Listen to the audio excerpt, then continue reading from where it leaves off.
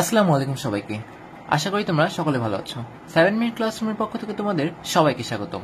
আজকে আমরা SSC chemistry অধ্যায় 3 অর্থাৎ পদার্থের গঠন যে অধ্যায়টা সেটা আমরা আজকে আলোচনা করব। সো এই ভিডিওতে আমি আলোচনা করব রাদারফোর্ড মডেল এবং বোর মডেল যেই পরমাণুর মডেলগুলো আছে সেটা নিয়ে। তো চলো শুরু করা যাক।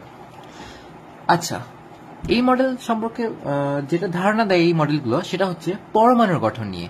আচ্ছা, এখন পরমাণু তো তোমরা সকলেই চেনো। এখন রাদারফোর্ড মডেলটা আমরা বলি।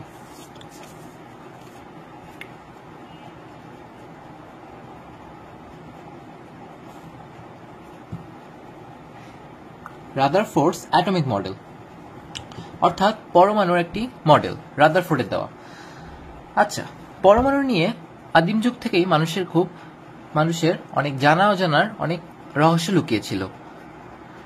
এমনকি গ্রিক বিজ্ঞানী সক্রেটিস এবং ডেমোক্রিটাস এরাও কিন্তু অনেক পরমাণু নিয়ে অনেক আলোচনা করেছেন, কিন্তু কালের বিবর্তনে এই আলোচনাগুলো স্থায়িত্ব পায়নি, কারণ তাদের যুক্তিটা অতটাও ভালো ছিল না।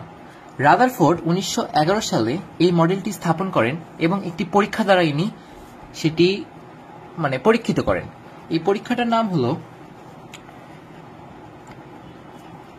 আলফা কণা পরীক্ষা। কণা হবে।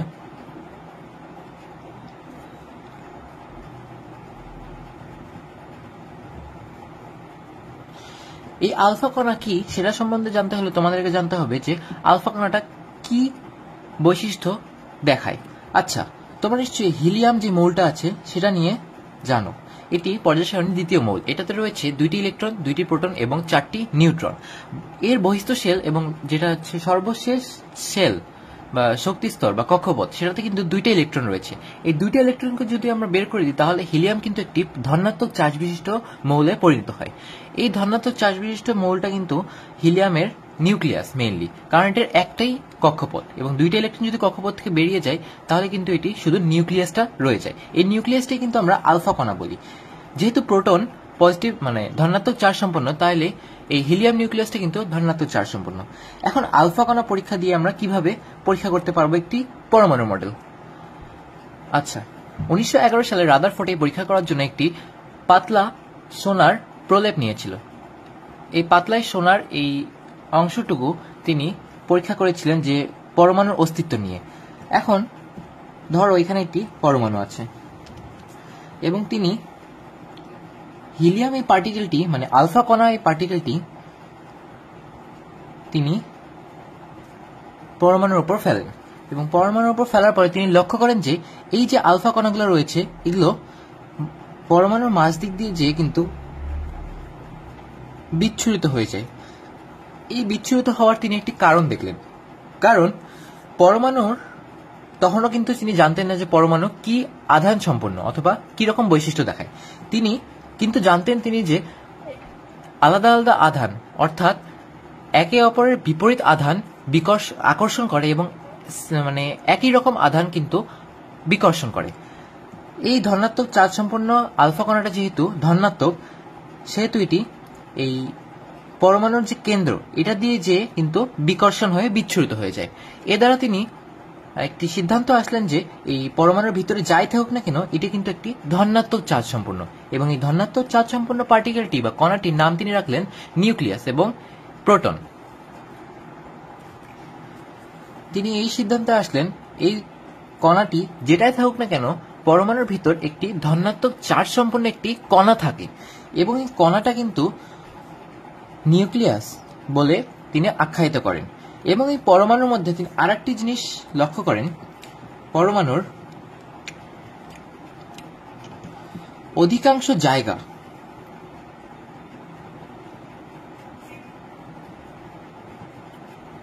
ফাঁকা। এই অধিকাংশ জায়গা ফাঁকা বলতে তোমরা কি বুঝো? এখন অধিকাংশ জায়গা ফাঁকা বলতে পরমাণুর যে পুরো গঠনটা রয়েছে এই গঠনের অধিকাংশ জায়গা কিন্তু ফাঁকা বা ভ্যাকিউম প্লেস, এবং এর চারপাশে কিন্তু ইলেকট্রন ঘূর্ণায়মান হিসাবে থাকে। এটা আমরা পরে রাদারফোর্ড মডেল আরো বিস্তারিত জানলে আমরা জানতে পারবো যে ইলেকট্রন কিন্তু ঘূর্ণায়মান অবস্থায় থাকে কিছু কক্ষপথে, এবং এই কক্ষপথ এবং নিউক্লিয়াসের বাহিরে নিউক্লিয়াস ব্যতীত যে জায়গাগুলো থাকে এগুলো কিন্তু অধিকাংশই ফাঁকা থাকে। আচ্ছা, তিনি আরো কিছু সিদ্ধান্তে আসেন যে এই পরমাণুর মানে আশেপাশে কিন্তু ইলেকট্রন ঘোরে।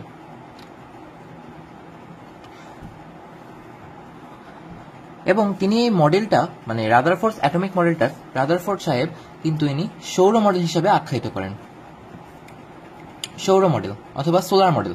আচ্ছা, এখন গ্রহ নক্ষত্র মানে গ্রহগুলো কিন্তু সৌরজগতে গ্রহগুলো কিন্তু সূর্যকে কেন্দ্র করে ঘূর্ণায়মান থাকে। সো এখানে ইলেকট্রনকে কিন্তু গ্রহ হিসেবে বিবেচিত করে এবং নিউক্লিয়াসটাকে কিন্তু সূর্য হিসেবে বিবেচিত করে তিনি একটি সোলার মডেল বা সৌর মডেল হিসেবে এটি আখ্যায়িত করেছেন। এখন সোলার মডেল হিসেবে আখ্যায়িত করার পর তিনি দেখলেন যে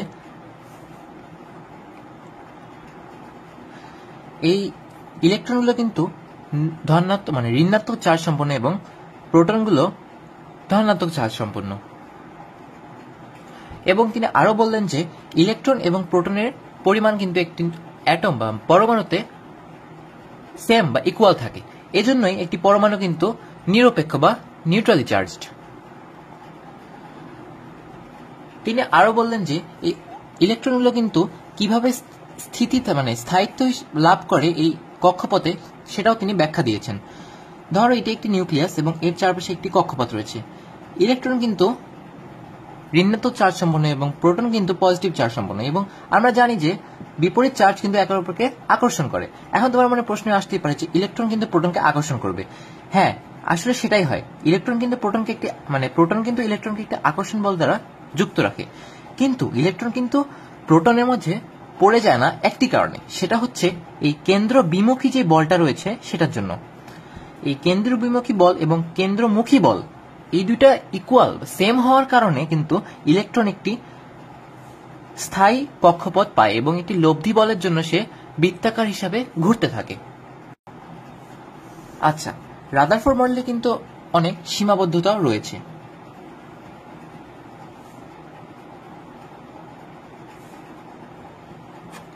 এখন সীমাবদ্ধগুলো পড়ার জন্য তোমাদের জানতে হবে যে পরমাণুর আর কি কি জিনিস তিনি বাদ রেখেছেন।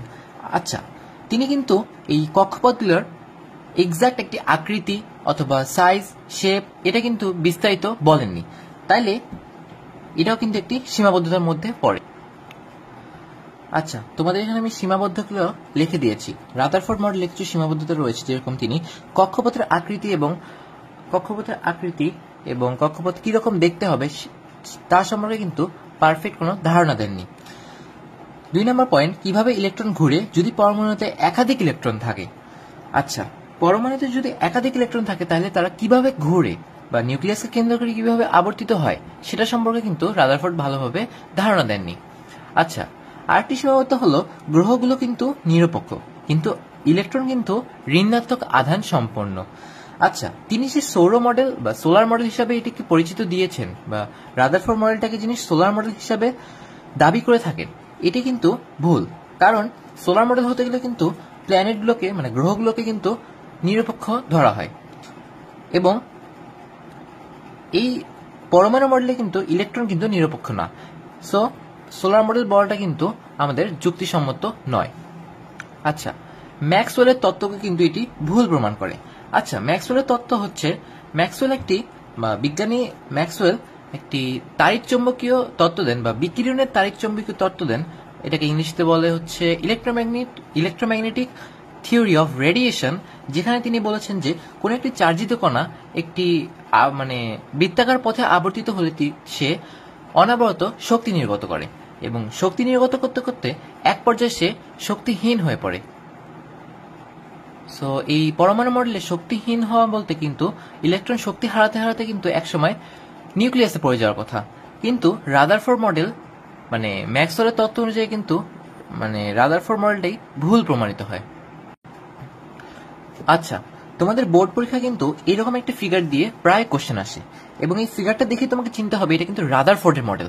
রাদারফোর্ডের মডেলে তুমি এই ফিগারটা বা এই চিত্রটা কিন্তু ব্যাখ্যা করবা রাদারফোর্ডের মডেলের যে তত্ত্বটা রয়েছে সেটা আগে ব্যাখ্যা করবা, তারপর তত্ত্বগুলো দেওয়ার পর কিছু সীমাবদ্ধতা ব্যাখ্যা করবা। এ নিয়ে তোমার ইনশাল্লাহ ফুল মার্কস পেয়ে যাবা। আচ্ছা, এখন আসি আমরা বোরের পরমাণু মডেল থেকে।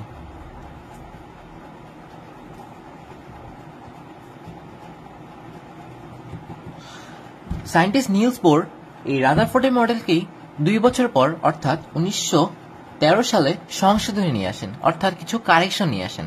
রাদারফোর্ড এবং বোর মডেলে কিন্তু কারেকশন আনলেও তারও কিছু সীমাবদ্ধতা থেকে যায়। তো চলো আজকে আমরা বোর মডেল সম্পর্কে জেনি।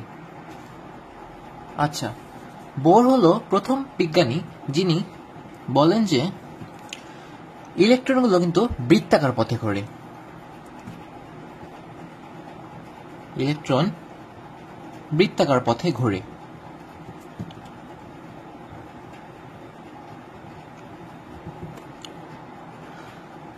আচ্ছা, ধরো এটা একটি নিউক্লিয়াস, এটি একটি কক্ষপথ এবং এটি আরেকটি কক্ষপথ। এখানে ইলেকট্রন রয়েছে, এখানেও ইলেকট্রন রয়েছে। আচ্ছা, এই কক্ষপথগুলো কিন্তু রাদারফোর্ড মডেলেও বিস্তারিতভাবে বলা হয়নি। এখন বোর এসে তিনি বলেন, মানে তিনি একমাত্র বিজ্ঞানী যিনি, প্রথম বিজ্ঞানী যিনি এগুলোর নামকরণ করেন। এগুলোকে তিনি শক্তি স্তর বা এনার্জি লেভেল, এই শক্তি স্তর বা এনার্জি লেভেল হিসাবে কিন্তু তিনি এগুলোকে আখ্যায়িত করেন। এখন ইলেকট্রন যে শক্তি স্তর দিয়ে আবর্তিত হয় এবং নিউক্লিয়াসের কেন্দ্র করে ঘুরে, এই জিনিসটা কিন্তু মানুষের কাছে ক্লিয়ার হয়ে যায়। তিনি আরো যোগ করেন যে শক্তি স্তর মানে শক্তি অর্জন করে উপরের স্তরে যায় ইলেকট্রন। এই কথাটার মানে কি? এই কথাটার মানে হলো বিভিন্নভাবে বা কোনো রকম ভাবে যদি ইলেকট্রনগুলো শক্তি অর্জন করতে পারে, বা ধরো একটা ইলেকট্রন শক্তি অর্জন করলো, এই নিচের ইলেকট্রনটা, এখন এই ইলেকট্রনটি উপরের শক্তি স্তরে কিন্তু মানে চলে যাবে। এবং আচ্ছা, এখন মনে করো কোন ইলেকট্রন শক্তি বিকিরিত করলো বা শক্তি হ্রাস করলো। এখন শক্তি হ্রাস করে নিচের শক্তি স্তরে চলে যায় ইলেকট্রনগুলো, অর্থাৎ এই ইলেকট্রনটা দেখো 2 নম্বর শক্তি স্তরে আছে। যদি এখন মানে শক্তি হ্রাস করে বা শক্তি নির্গত করে, তাহলে সে এই কক্ষপথে চলে আসবে। আশা করি তোমরা এই শক্তি স্তরে উঠানামাটা বুঝতে পেরেছো। এবং এই যে পরিবর্তনটাকে, এটাকে বলে কোয়ান্টাম জাম্প বা কোয়ান্টাম লাফ। শক্তি স্তরগুলোকে তিনি মানে নিলস বোর মানে প্রথম শক্তি স্তরটাকে কে, দ্বিতীয় শক্তি স্তরটাকে এল, তৃতীয় শক্তি স্তরকে এম, এবং পরের শক্তি স্তরগুলো কে, এল, এম, এন, ও, পি এভাবে তিনি মানে সংজ্ঞায়িত করেছেন। আচ্ছা, এখন তোমাদের প্রশ্ন আসতে পারে যে শক্তি যে হ্রাস করে বা শক্তি যে অর্জন করে, এটা কিভাবে করে? আচ্ছা, এখন আমরা বুঝবো কিভাবে যে শক্তি হ্রাস করছে বা শক্তি অর্জন করছে। এখন শক্তি যদি হ্রাস করে, শক্তি হ্রাস করা মানে কি? শক্তিটা কিন্তু বের হয়ে যায়। এখন শক্তিটা কিন্তু বের হয় বা এনার্জিটা কিন্তু রিলিজ হয় বর্ণালীর আকারে।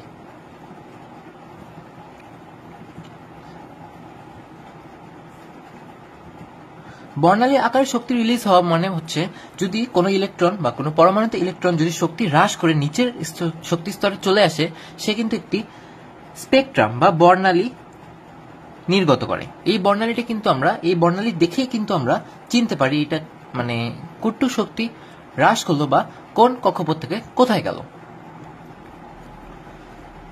বোর মডেলে কিন্তু অনেকগুলো সীমাবদ্ধতা রয়েছে। এই সীমাবদ্ধতার মধ্যে প্রথম সীমাবদ্ধ হলো শুধু হাইড্রোজেনের একটি ইলেকট্রনের বর্ণালীর ব্যাখ্যা দেওয়া যায়। আচ্ছা, সায়েন্টিস্ট নিলস বোর কিন্তু হাইড্রোজেন যে পরমাণুটা, সেটার কিন্তু শুধুমাত্র একটি ইলেকট্রনের বর্ণালীর ব্যাখ্যা দেয়, এবং অন্য যে মৌলগুলো আছে সেগুলোর কিন্তু কোয়ান্টাম জাম্প বা ইলেকট্রনের ওঠানামার বর্ণালীর যে ব্যাখ্যাগুলো, সেটা কিন্তু দেওয়া যায় না। 2 নম্বর হলো কক্ষপথ বৃত্তাকারের পাশাপাশি কিন্তু ডিম্বাকারও হয়ে থাকে। পরবর্তী গবেষণায় জানা যায় যে নিলস বোর শুধু বলেছিলেন যে কক্ষপথগুলো সার্কুলার অথবা বৃত্তাকার হয়ে থাকে, কিন্তু পরবর্তী গবেষণায় দেখা যায় যে এগুলো ডিম্বাকৃতির অথবা ওভাল শেপেরও হয়ে থাকতে পারে। শুধুমাত্র একটি বর্ণালী নয়, সেন্সিটিভ যন্ত্র দ্বারা দেখলে অনেক সূক্ষ্ম বর্ণালীও পাওয়া যায়। আচ্ছা, এই কোয়ান্টাম জাম্পে যখন ইলেকট্রন এক শক্তি স্তর থেকে আরেক শক্তি স্তরে যায়, তখন কিন্তু নিলস বোর বলেছিল যে একটি মাত্র মানে নির্দিষ্ট একটি বর্ণালী পাওয়া যায়, কিন্তু পরবর্তী গবেষণা দেখা যায় যে শুধুমাত্র একটি নয়, অনেকগুলো সূক্ষ্ম সূক্ষ্ম বর্ণালী পাওয়া যায় যা সেন্সিটিভ বা স্পর্শকাতর যন্ত্র দিয়ে দেখলে কিন্তু আমরা দেখতে পারবো।